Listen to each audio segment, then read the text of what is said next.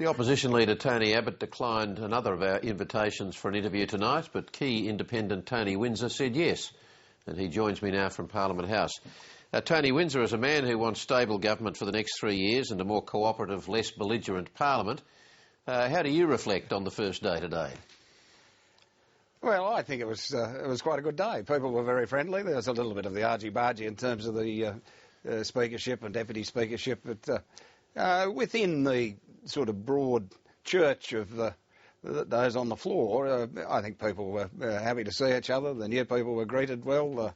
But I think you're right. I think we're going to be in for a fairly interesting time. I think the lines are drawn and the opposition has an agenda. So what was your take on why Labor nominated one coalition MP against the coalition's own nominee? And is it true that independents had agreed to support the coalition's nominee, Bruce Scott? Were you one of those? And the vote actually suggests that if that's the case, then you changed your mind.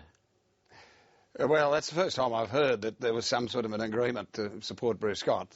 I can't speak for anybody else, so I can only speak for myself. But and it was a secret ballot too, so we really don't know. But there isn't a rule that says you can't say how you voted. But I respect the secret ballot. But in terms of your question, in terms of relation to Peter Slipper, I think the Labor Party were trying to score a point back on Tony Abbott for ripping up the agreement to pair the Speaker and the Deputy Speaker. So there's a little bit of that.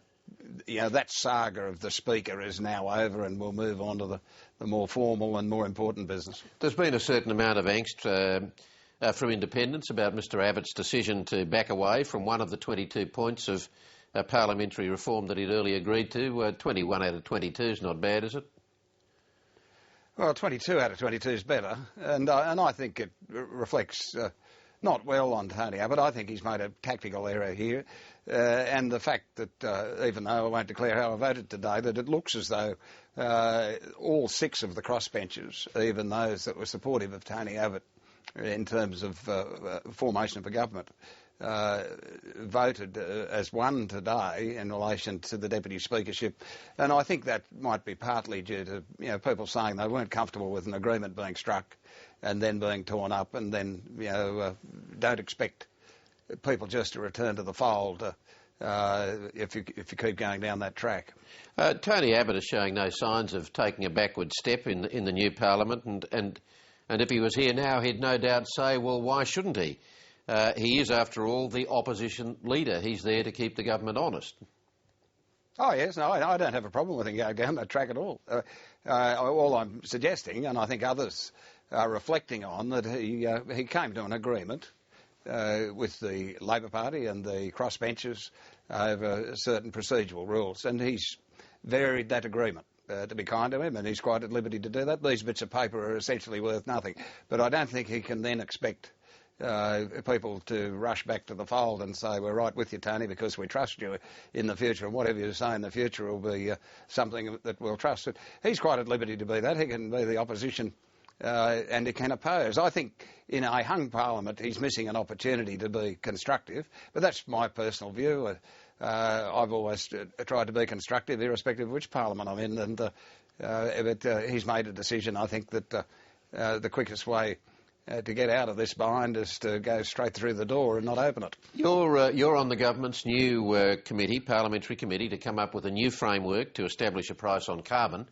Now, you say you're approaching that exercise with an open mind, but Julia Gillard has said she only wants people on that committee who support the view that it will be desirable to establish a price on carbon as an important part of the response to the threat of climate change. Now, do you believe unequivocally that there should be a price on carbon? I think there will be globally at some time in the future, and I think the way I'm addressing this, and Julia Gillard is quite entitled to address it the way that she'd like to, but I think there's a little bit of a mistake there to actually come up with a predestined decision and then have a procedure over 12 months to come to that decision. I'm quite happy. And in fact, the letter to Tony Abbott and Julia Gillard was in relation to climate change to step back from the last 12 months. Let's have a look at all these mechanisms, the direct action mechanisms, some of the pricing mechanisms, some of the incentive mechanisms. I think when people say price, they think emissions trading or they think carbon tax. That doesn't necessarily have to hold. But I think the committee will be a very worthwhile committee, and I think we've got to approach it with an open book and actually take the information on board and then look at ways and means of addressing the issue. Well, that does seem to put you, I'm not looking to split hairs here, but that does seem to put you at odds with Julia Gillard's own expressed view of the people who should make up this committee. In a media statement yesterday, she said that parliamentary members of the committee will be drawn from, quote, those who, and I'm taking a bit out here, but the essential essence of what she says is, be drawn from those who acknowledge that effectively reducing carbon pollution by 2020 will require a carbon price. Now, are you it doesn't sound to me as if you are as unequivocal as that statement demands. Well, I think it goes without saying that the most efficient way to deliver the outcome is through some sort of pricing mechanism. And I think Malcolm Turnbull and others in the opposition would agree with that. And I think most economists would agree to it. That doesn't necessarily mean that this committee will come up with a recommendation that a firm price be put on carbon. That's where I'm coming from. I think it's very important. And I've been a great advocate for renewable energy and the opportunities that regional Australia could have in terms of some of the more renewable energies and an improved environmental policy in relation to renewable energy. But the way I'm looking at it is that we assess the information, we take on board all the expert information globally and domestically, and then work through a process. I don't look at it as the whole starting with an answer before we ask the question. Well, but the whole purpose of this committee, as Julia Gillard has explained it, is to come up with options as to the best way to put a price on carbon. Now, you still seem to be equivocating from that goal. Well, we haven't had the 12 months of the committee yet, and it'd be a waste of time me going on to a committee if the decision's already been made. I haven't made a decision. I have real concerns about agriculture and land use shifts in terms of a carbon economy. Those sort of things can be addressed, and I'm quite happy to be part of that committee that addresses them, but I'm not in a position where I have a fixed view before I start, and I don't think Julia Gillard is really. Oh, I see. Well, it doesn't appear to be what she said. You're well aware of Julia Gillard's promise just before Election Day that she would not have a carbon tax. Since you're about integrity in government, are you uncomfortable that you've supported inter-minority government a Prime Minister who now declares herself open to the possibility of embracing a carbon tax, having ruled one out? Kerry, it's a hung parliament, as I'm sure you're aware of, so the executive doesn't I think we're all very well aware of that.